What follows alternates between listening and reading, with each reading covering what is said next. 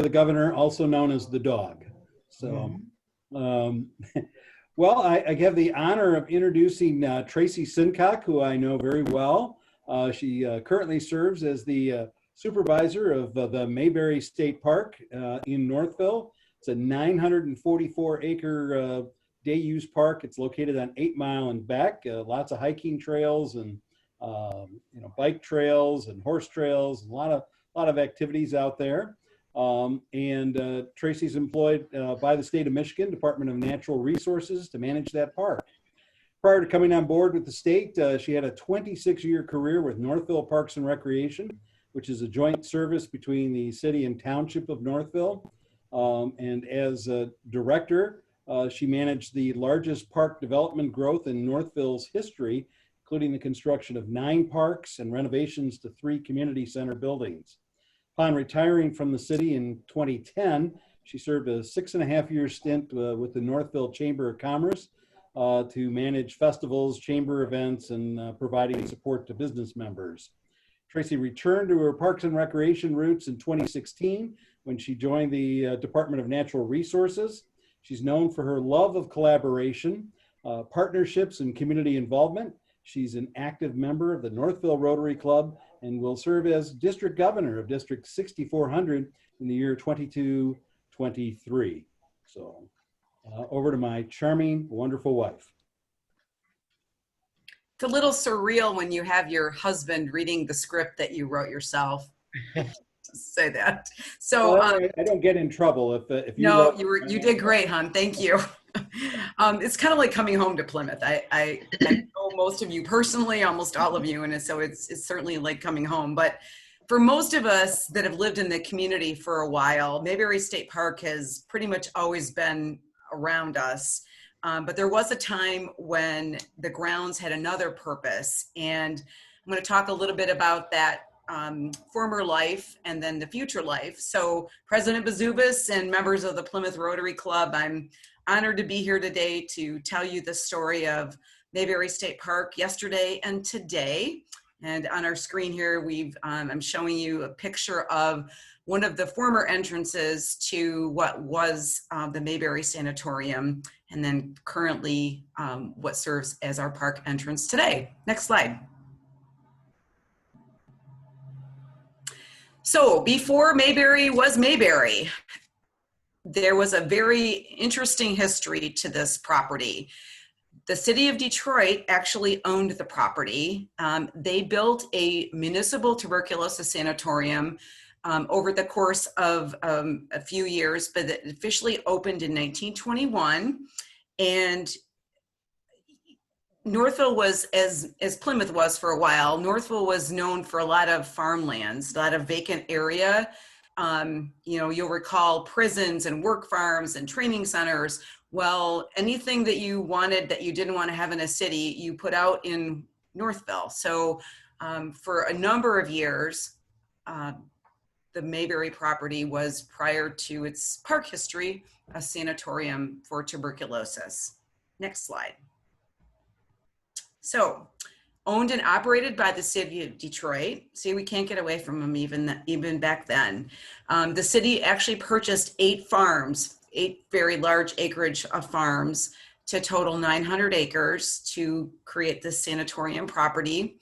At its peak, there were over 550 employees from the Plymouth Northville area that worked on the property.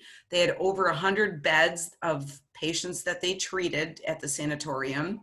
And there were over 40 buildings, including a big working farm, a power plant, hospitals, dormitories, housing for staff. It truly was its own city unto itself. And if you go back into the Northville Record archives, Northville Record, for those of you who don't remember, was our local paper.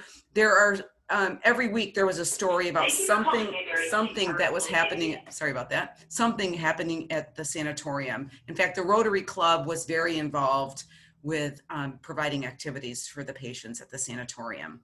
Next slide. Here's an aerial taken of the property from 1927. And you can see, although it's in black and white, you can see there are a number of areas that are our tree growth. So what we know of the park today as a very heavily wooded property, that didn't exist in 1927. Most of that growth is from those trees that were planted in this time that have now grown to include this beautiful canopied forest. So next slide, please. So everybody thinks that Maybury is spelled M-E-R-R-B or M-A-Y-B-E-R-R-Y, like Andy of Maybury. Well, the reality is that it was named for William H. Maybury, who was a native Detroiter. He was the cousin of William C. Maybury, who was actually the mayor of the city of Detroit, and they were quite close. He was Mr. Maybury, as we call him, or Bill. He actually had a very lucrative career in real estate development and was able to retire at a very young age in his 30s and devote the rest of his life to community service. Next slide, please. So Mr. Maybury oversaw the construction of not only the sanatorium. Its original name was Detroit Municipal Tuberculosis Sanatorium, but we all kind of remember the Wayne County Training Center that used to be on Sheldon Road between 5 and 6 Mile. He also oversaw the construction of that property as well. The sanatorium was renamed for Mr. Maybury in 1927 after it opened, and he died. This photo is in his later years, but he actually died on the property. At the age of 1971, he contracted tuberculosis because of the amount of time that he spent here, and he died in the farmhouse that is actually still existing on 8 Mile Road. I don't know which room it was in, but I kind of look around, I poke around when I'm there to see if I can feel a remnant of Mr. Maybury. So we owe a lot of this development of this area to Mr. Maybury. So not just the sanatorium, but the Wayne County Training School. Next slide. Another aerial view of the 30s. This photo is not dated, but you can see the length of the building in the bottom left-hand corner. That's a dormitory or a hospital. I mean, it was quite a large development out here. Next slide.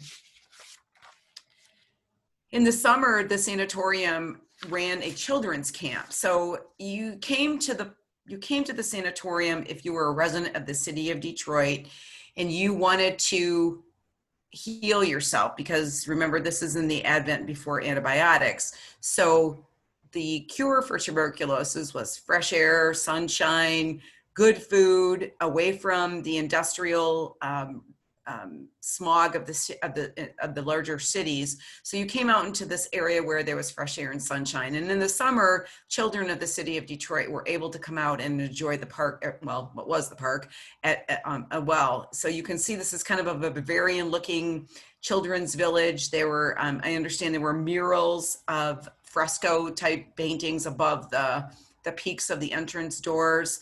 But here's, you see some children at play. Next slide. And this was the dormitory for the children that actually were living and being treated on the property. So kind of reminiscent of things that you would see in the olden days, but obviously lots of fresh air, lots of windows, bring all that healing air to the kids. And I guess they got to sleep on little cots with a little chair. That was the yep. So many of the nurses and doctors lived on the grounds so that they were here and didn't have to travel back and forth. You can imagine in the 20s, 30s, 40s, and probably into the 50s, the roads weren't as developed as they are now. It would take a lot longer to get from your city to out in the country of Northville. So this was a superintendent's home that existed for the superintendent of the sanatorium. So he got to live on the property. And there were actually 5 homes in a cluster near this superintendent's home where the doctors of the sanatorium lived. My office is currently in one of those buildings. It is the remaining building of the 5 of the clusters. So I'm actually, you can see behind me, I'm in a yellow room, but that was a bedroom. It's a cool house. It's a terrible office because it's not barrier free by any stretch of the imagination. And we have old closets and old bathrooms and old plumbing and old everything. But I'll show you in a moment. We've got some new digs on the horizon. So anyway, back to the superintendent's home. This was the grounds that the superintendent lived in when he managed the sanatorium. Next slide. So as antibiotics became developed and vaccines became developed during the 1940s and the 1950s, tuberculosis was able to be treated in the comfort of your own home. You could have a dosage of penicillin or streptomycin and be able to be treated that way. So there was no real reason to have clusters of sanatoriums, not unlike polio treatments of the 50s, which we all are very familiar with. Once treatment became available for these diseases, then they started to be eradicated. I mean, there are still cases of tuberculosis today, but they can be treated at their onset by antibiotics. But these are some of the posters and postage stamps of some of the things that were during the 50s. In the lower right-hand corner, that's actually a postage stamp that says William H. Maybury Sanatorium, 1941 Goodfellows. So those Goodfellows were around even then. So, but kind of cool history for us. Next slide. So we love our history of Maybury here at the park, and every year we produce a history hike, an actual walking tour that we get you out in the park. We show you a lot of the grounds of where the buildings existed. This year we're not able to do that because of capacity gathering. So our Friends of Maybury organization has actually put together a virtual history hike that is on their Facebook page. And over the course of the next several weeks, they're going to highlight specific features of the history of the park and the history of the sanatorium. So if you'd like to learn more, I could do about 3 hours just on the sanatorium alone, but want to be cognizant of your time. So if you want to learn more about that, either join us in the future when we can all meet in person again to have our actual history hike, or if you'd like to learn more now, you could go onto the Friends of Maybury Facebook page and take a peek at what they're putting out there the next few weeks. So next slide. So that brings us kind of to today, or in the recent past. After the sanatorium it was determined that they were going to close the sanatorium because they no longer had need for these large hospitals and spaces to treat tuberculosis.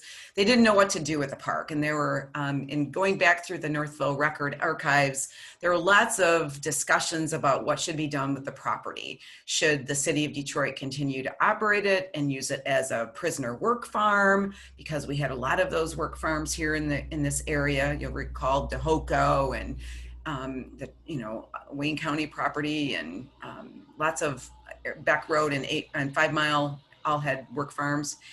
The city of Northville and Northville Township actually looked at purchasing the land, but at the end of the day, the DNR purchased the land. They had a vision to create an urban state park, which means in the middle of a developed area, they would create a state park that would be able to provide nature-based programming and education for residents of the nearby Livonia, Northville, Plymouth, Canton, and Northville area. So the land was purchased for $3 million.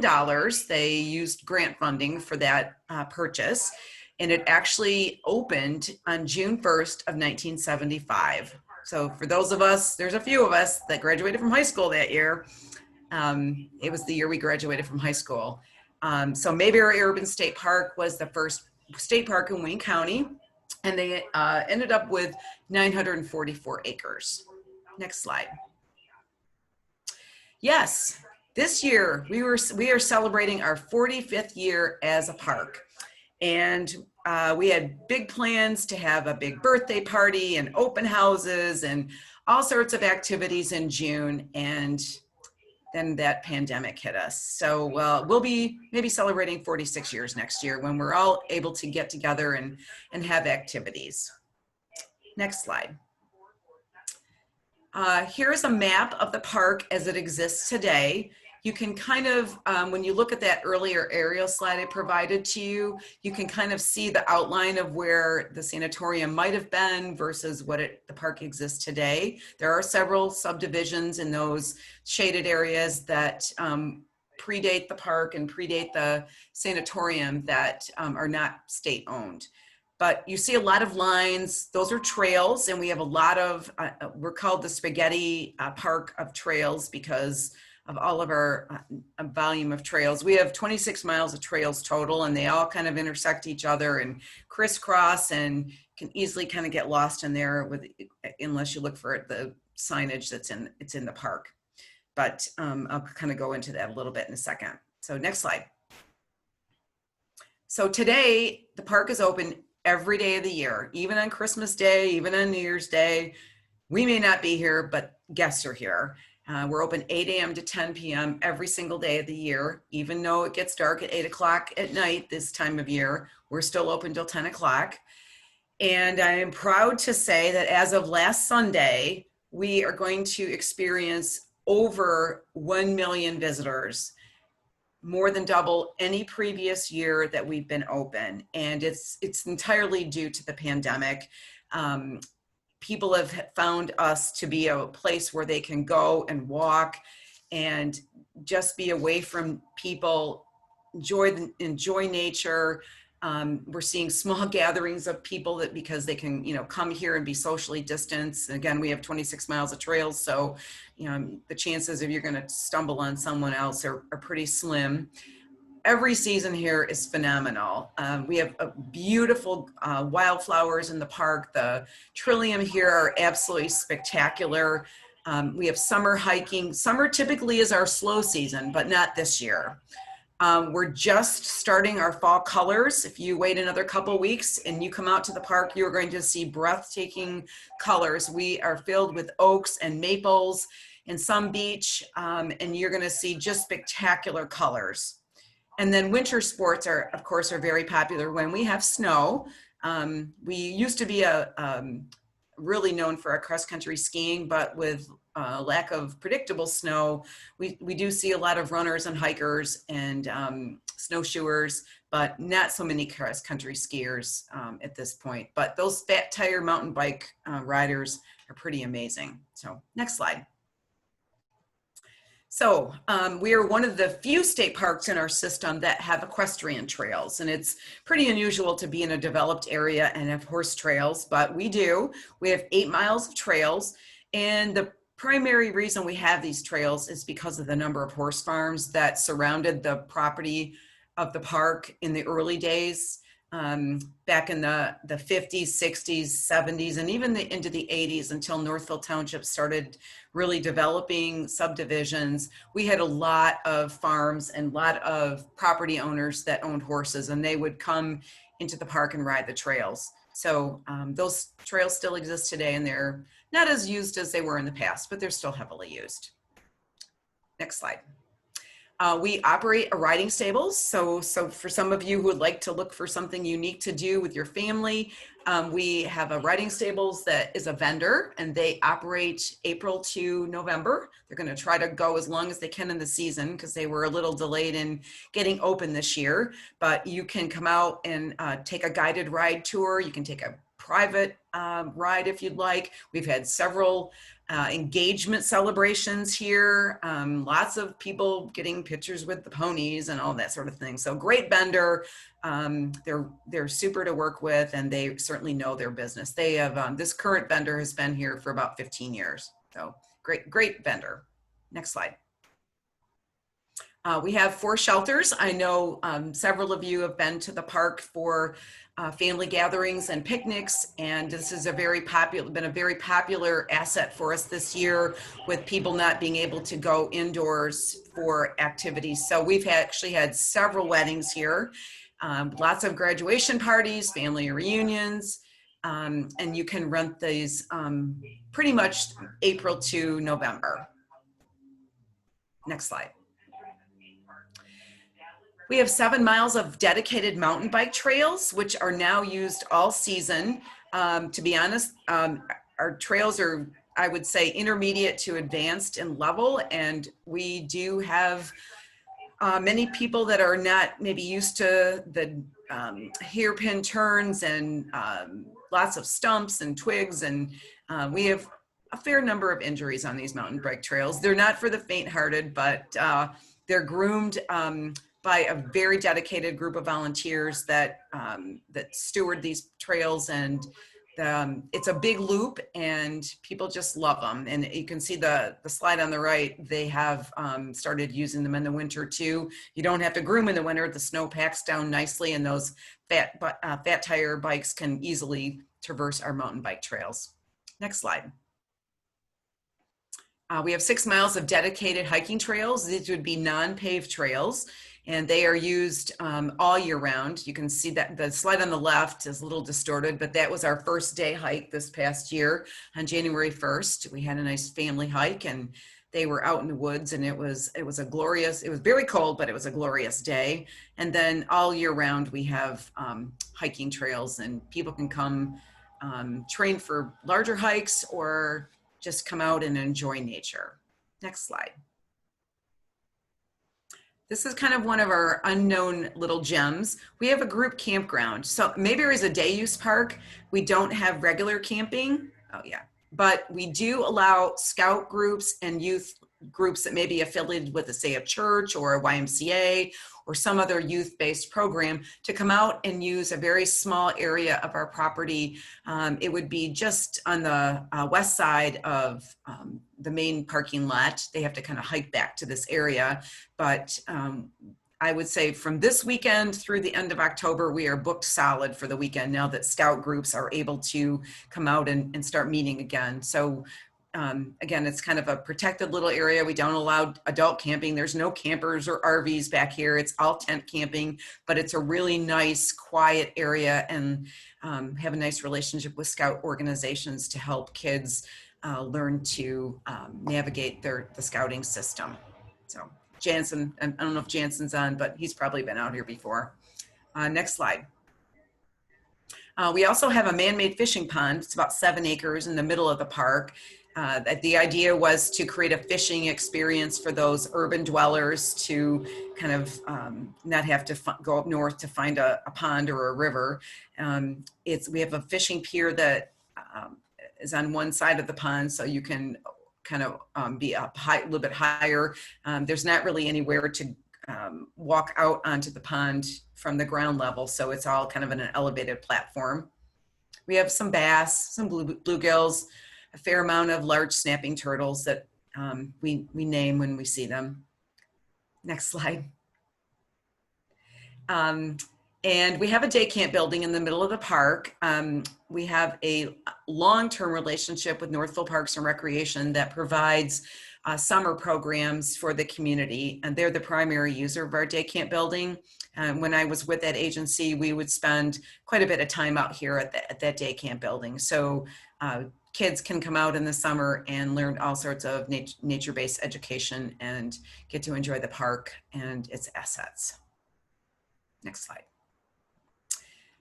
We also have a wonderfully beautiful new playground that was provided to the park with a relationship we developed with the Northville Township Firefighters Charity Fund, and along with some other very generous donors that they were able to acquire. They provided the majority of the funding for the playground pieces, and then the DNR provided the funds for the safety surface. So this was actually installed last October. So we're just concluding our first full year of use for this playground, but it is a state-of-the-art playground. There isn't any elements anywhere near this community that shows this a playground of this nature. Next slide. So this is another little piece of the playground. Next slide. And I'm certainly proud to announce that we're not entirely occupying our new building, but We have, over the last 4 years, worked on and now have constructed a new park headquarters building at our 8 Mile Road entrance. When the park opened in 1975, we used one of the doctors' homes, as I mentioned, for park offices with the intention that at some point there would be a new park headquarters constructed. And here we are 45 years later, but so we're about 99% completed. We're waiting for a little bit of utility work to be finished before we can fully mobilize all of our staff. But it is state of the art. It is all on one level. Our workshop is adjacent to the administrative space, and we have lots of space, so no one has to share desks anymore. And we have a nice conference room. We'll be able to do some training and can be used from a state park district wide for meetings as well. So we'd love to have an open house and a ribbon cutting, but that will have to wait as well. Next slide. As Paul mentioned, I'm a firm believer in partnerships and collaborations. And so the youth groups, many of these relationships go back for the entire 45 years that the park has been open. But we have a very active youth group and partners with the Maybury Trail Riders. They're our equestrian group. Our Motor City Mountain Bike Association, as I mentioned, are great stewards of our mountain bike trails. REI, the retailer, has donated numerous dollars of grant funds for development and improvements to the park. Gazelle Sports, the sports retailer here in the community, they do a lot of programming in the park, races and yoga. Northfield Parks and Recreation, as I mentioned, does a lot of programming in the park. I showed you the little slide about the Maybury Riding Stables. And the Northfield Community Foundation operates the property known as Maybury Farm. It's about 50 some acres over on 8 Mile. And that relationship started in 2003 and is now in the second 15-year lease. So Maybury Farm, even though, while it exists on state land, it is operated by the Northfield Community Foundation. And we have an excellent working relationship now. And then we have numerous Eagle Scout projects. Scouting is very big in Northville, and we are happy to partner with some of these scouts that want to do Eagle Scout status, and certainly they improve the park and benefit the park in ways that it would take us a number of years to be able to get all the work done that these scouts have done. Next slide. Our Friends of Maybury is going to be celebrating their 25th year next year, which is hard to believe, but they are a very dedicated group of people who mostly live in the community, but they love this park and they understand the benefit that it has in the community. So they help us with programming. They do a number of stewardship activities. Some of their fundraising helps provide grants for scout projects.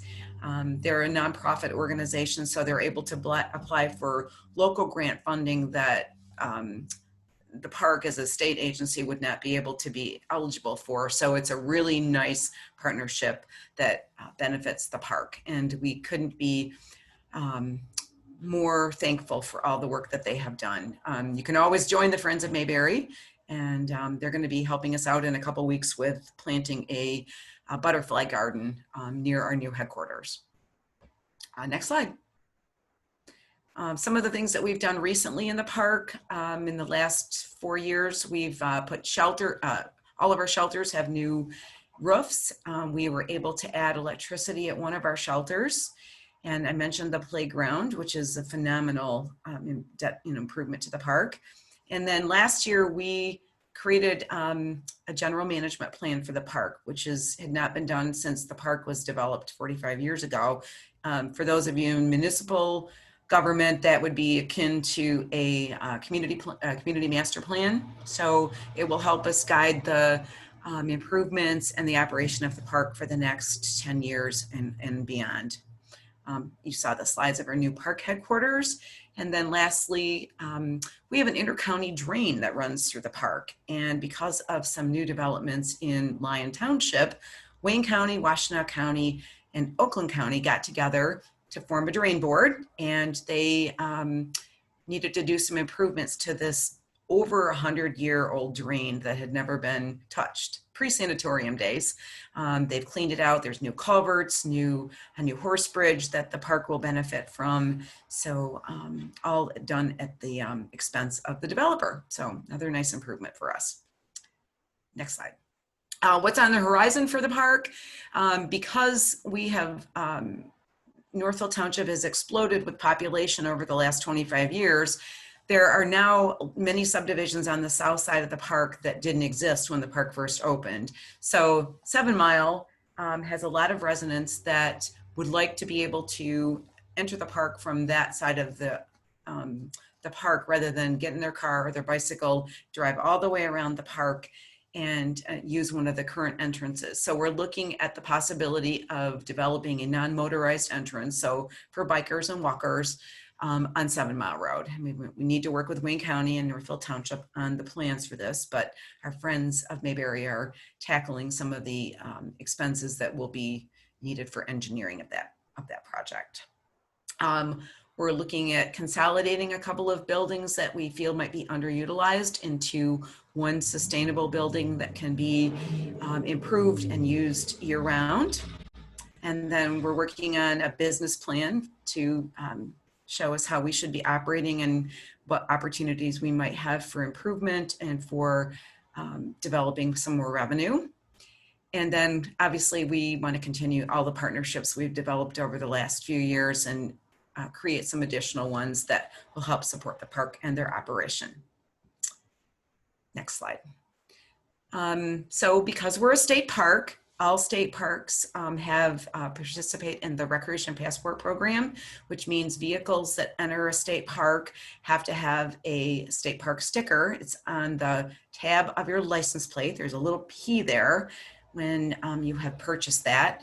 If you purchase it at the Secretary of State, it's $12, and that gets you into 103 state parks, 69 boat launches, 147 forest campgrounds, and 66 state forest pathways. So I would challenge anyone to find a better deal to be able to access all these beautiful natural features that Michigan has to offer. If you don't have that recreation passport and you come to a park, you can purchase a pass at a state park or any of these recreation areas, but you pay a $5 convenience fee. So where else in Michigan can $12 take you? So next slide. I am happy to answer any questions that you might have about Maybury. And I don't know if you want to put them in the chat or if you want to just unmute yourself and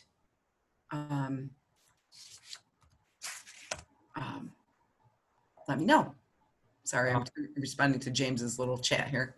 Yeah, we had one come through from CJ. How many horses do they have on site? Does the vendor have on site? They typically have between 40 and 60.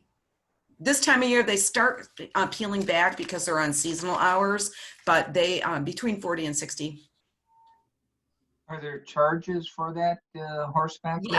Yes. The riding stables, they operate as a business. So they do charge for guided rides. Depending on if you have private rides or group rides, there's different costs for those activities. So you can, I can give you the information that is, you can contact them directly for reservations. They're operating with reservation only this season because of code in order to limit the number of people that might be gathering. Okay. Thank you. I saw one from Terrence. Yeah. Yes. It is so the question is it true there's a hill at Maybury that's the tallest in Wayne County? Yes, that is my understanding. And I'm trying to figure out exactly where it is. I need to get someone to help me with a elevation marker. And we thought it'd be kind of cool to put something, an elevation marker that designates that. But yes, I understand that is correct. June has one, Tracy. Hi, Tracy. I love the park and try to go out once a week to take dogs for walks. Yeah, I love it. I don't know why I never knew about it growing up, but that's not your fault. So there's been a few times where I've been looking for I don't know if you call them rangers or whatever, a staff person. And I've ended up having to drive all the way to the Beck Road entrance, which is the one that I usually use. Mm-hmm. I'm wondering if in some of the enhancements, if it might be possible to post some phone numbers, maybe where the maps are, so That's a that, great question. like, you know, I have my phone with me. I mean, it's been things like people are walking with their dogs off leash. Mm-hmm. There was a dead animal on one of the trails. So there are things like that I mean, by the time I got, you know, the person's probably got their dog back in their car, or, you know, not on their leash. And I couldn't exactly remember exactly where the dead animal was, and ended up. So anyway, phone numbers posted as a way, because I Great know there are suggestion. people That there. would be- I'll see them on their gators and stuff, but by the time I can, you know. So anyway, that would be very helpful. Great suggestion. I think it'd be an easy fix to put a little sticker with our phone numbers on every one of those maps. Thank you. You're welcome. Tracy, Dave. who are the authorities that deal with emergencies, problems? Is it state police? Is it Northfield Township? So we have 3 commissioned rangers in the park that have gone through the DNR Law Enforcement Academy. And so they are eligible employees to deal with emergencies if they're here. But Northfield Township Police and Fire both respond to emergencies in the park. It's more likely that someone would call 911, which we don't respond to. We're not connected to the 911 system. So oftentimes it's Northfield Township that would respond to an emergency. Got it. Thanks. Mm-hmm. Tracy, John. you guys stock the pond, the fishing pond? Over the years, there have been, the fisheries division has stocked the pond, but as a matter, I can't remember the last time that was done. Yeah. So I understand it's very challenging to catch a fish here. Yeah, well, it's challenging for me to catch a fish anywhere I try. So, and then one other thing, my kids we've been out there to geocache. Oh, yes. Which has been really cool because you get out in nature, but the kids still get to hold something with the screen on it. So, you know, it's kind of the best of both worlds. Yeah, we do have a lot of hidden geocaches around here. Yeah. Looks like Rich put, are there any of the shelter buildings using solar or wind for power or heating? All of the shelters and the buildings, except for the new headquarters, were built in the 70s, 80s era. So they did not take advantage of those green features. But moving forward, I think there's some excellent opportunity for that. Our current headquarters we didn't consider that because we used some money from FEMA to make it a community safe room tornado shelter. And those applications, solar couldn't be put on the roof of a tornado shelter, and same with wind. But those are excellent opportunities to take advantage of for any future buildings that we renovate or build. Hi, Tracy. Tony, how are you? I'm good. Nice to hear about all the improvements. Is Maybury kind of a one of its kind in the state, or are there other properties that are like it? I would have always often thought that we're sort of similar to Belle Isle because we're a day use park and lots of history and those sorts of things, but we are still very different. But the unique thing and the beauty of our system is that every one of our 103 state parks has different and unique features. So I can't even imagine another state that has such a wide variety of experiences that you can participate in. But yes, we're not, we have parts of our features are kind of like our nearby Island Lake recreation area, but we don't have camping, so we're different from those. But in terms of like strictly day use, kind of like Belle Isle, but without all the water around us. Mary Lou. Yes, Tracy, hi. Hi, Mary Lou. Is there a staging area there where we can bring our own horses in to ride? There is.